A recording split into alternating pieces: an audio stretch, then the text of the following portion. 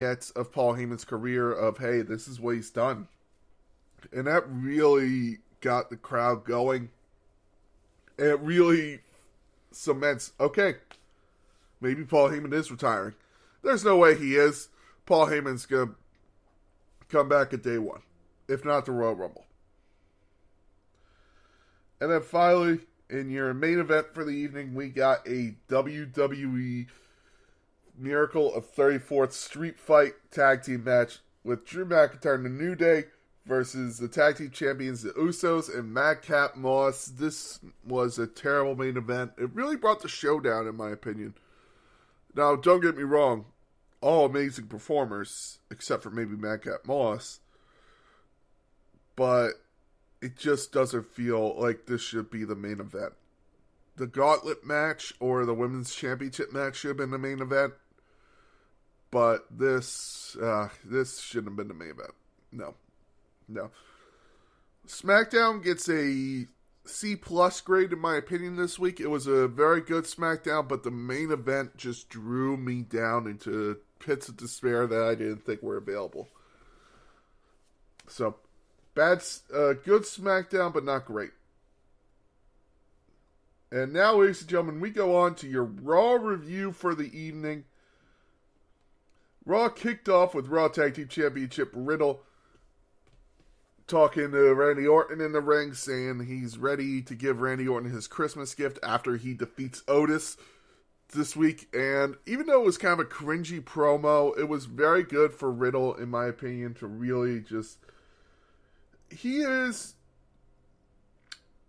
really adding a side to Randy Orton that I never would have thought existed, in my opinion. I never would have thought Randy Orton would have this comedic side to him, but Riddle really does take it very well.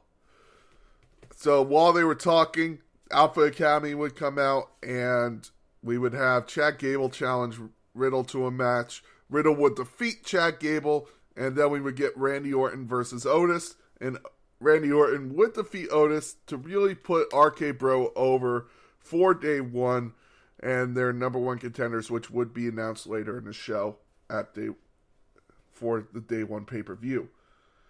After this, Orton and Riddle would come out and say, Randy Orton, I couldn't think of a better thing to get you than a big hug for your Christmas present. And he got Riddle, and Riddle hugged him. Randy Orton, it was funny because Riddle was saying, come on, no one will know you hugged me. Meanwhile, they're on live TV going around the world, and there's a lot, I don't know how many people in the arena.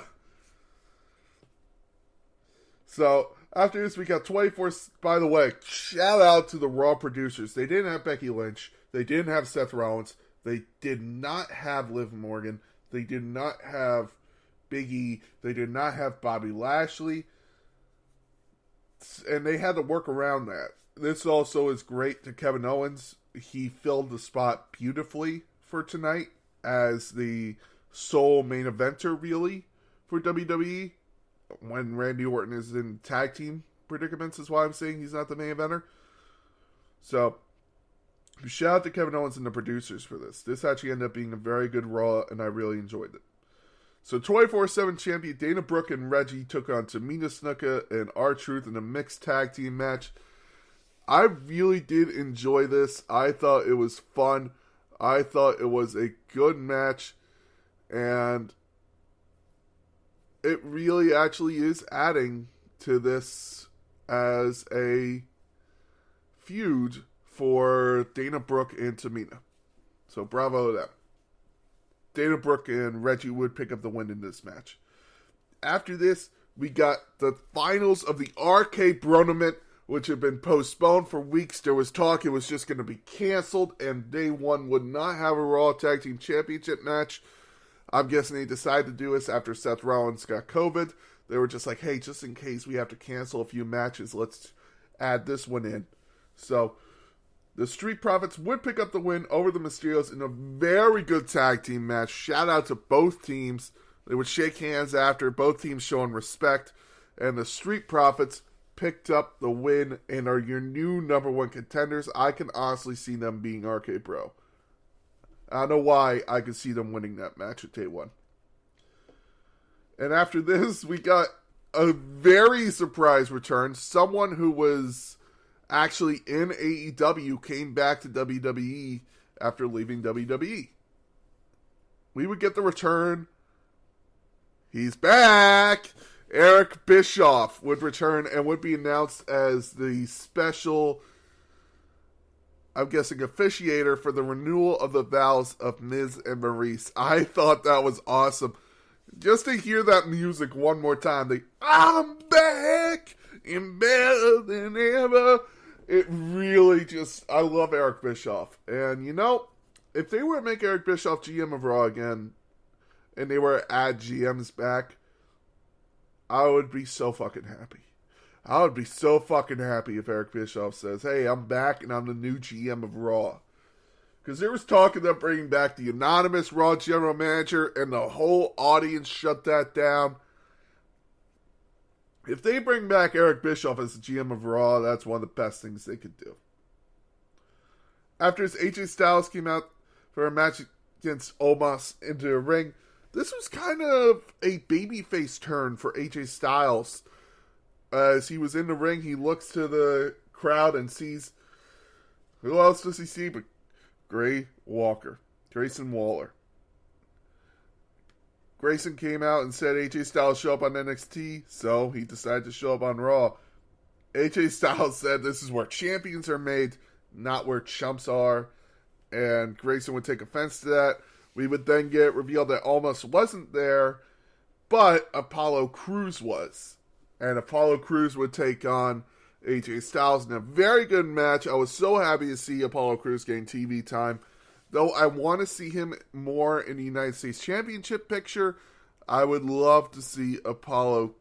I loved seeing the Apollo Crews AJ Styles match. Bravo to WWE for pulling that off. Great match. AJ Styles would pick up the win and would actually take out Commander Aziz as well. I really enjoyed this. After this, we got Kevin Owens coming out saying he's better than Seth Rollins. He's better than Big E. He's better than Bobby Lashley because none of them are there. He is the only one there for the Fatal 4-Way at day one. And at day one, Big E will be going after Bobby Lashley. Bobby Lashley will be going after Seth Rollins. And Seth Rollins will be going after Big E. So that leaves Kevin Owens just to swoop in, seal the title, and run off with his WWE Championship. After this, MVP came out and said it doesn't matter who is in the Fatal 4-Way. Bobby Lashley will win the title, and we will see a return to the Almighty Era. And because of the Hurt Business being back together, we then got Cedric Alexander come out and face Kevin Owens in a very short but good match. I like that they're using people. This is something that I really liked about the two pay-per-view era that we had, where it was SmackDown and Raw completely separate, and we would see two pay-per-views a month, basically. We would have a SmackDown pay-per-view and a Raw pay-per-view, except for the months of January and April, August, and November, because we would have the big four. But besides that, it was always something. There was always two pay-per-views, and everyone got showcased. There wasn't a single person sitting in care and going, oh, they have nothing for me. No, because there was always, they needed a number one contender for the women's championship. They needed a number one contender for the main event. They needed number one contenders for tag teams and for the Intercontinental or United States Championship. So I feel like we're starting to move back to it of we need everyone. The smaller roster, while it does suck that so many people got released and I hate it, it is adding one thing, and that is we are getting more and more people involved in WWE. And I love that. Kevin Owens would defeat Cedric Alexander and then would hit a stunner on Shelton Benjamin. And that would send Kevin Owens into the stratosphere for this match. I'm so excited for day one for the Fatal 4-Way. No matter who wins, it's going to be a great match.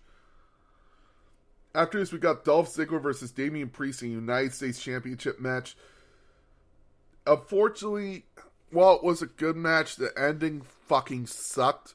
because Damien Priest would be disqualified due to the fact he couldn't control his anger. I hate this gimmick for him that he can't control his anger, so it causes him to get DQ'd, get counted out. That's pretty stupid to me, WWE, and they're kind of taking the coward's way out there of, I get why they're doing it, because they're trying to have a feud that could last a while with Damien Priest getting over while still losing, but I want more from him.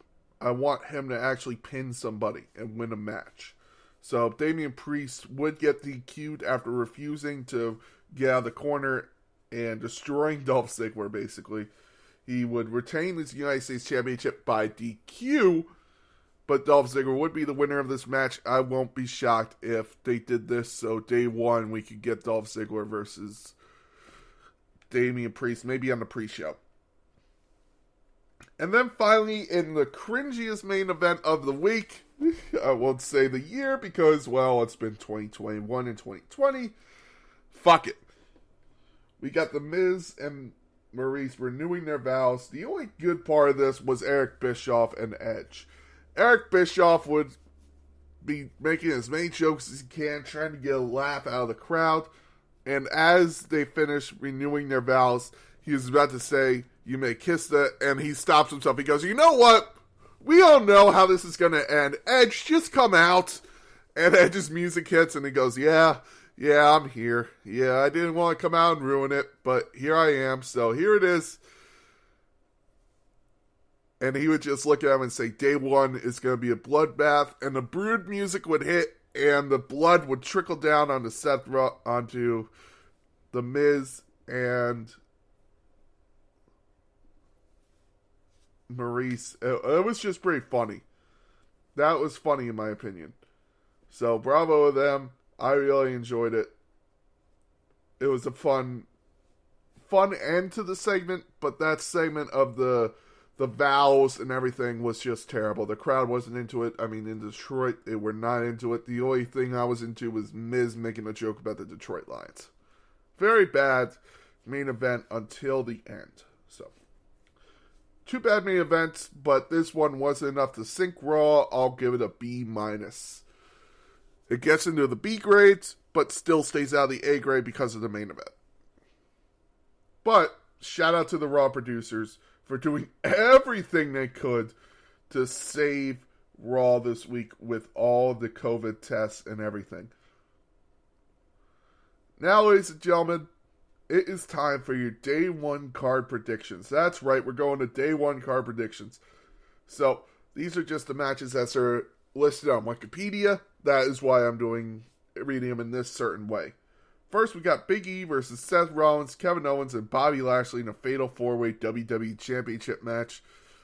Biggie retains, but it's going to be close, and it's going to set up a lot of feuds for the future.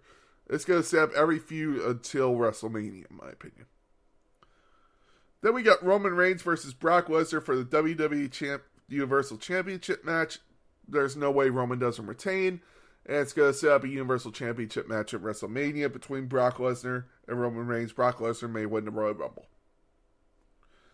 After this, we got the Usos versus the New Day for the SmackDown Tag Team Championships. I don't see them taking it off of the Usos yet, not till WrestleMania. The Usos retain.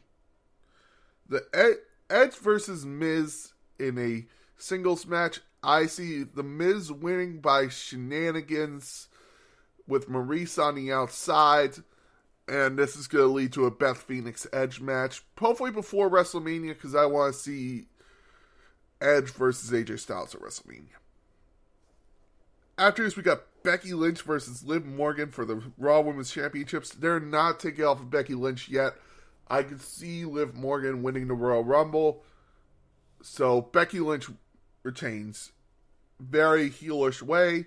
And Liv Morgan finally gets her win at WrestleMania. And they create a big star through that. After this, Drew McIntyre versus Madcap Moss in a singles match. Drew McIntyre in a 5-second match. He hits a Claymore and it's over. And maybe, I don't know. That's what I hope.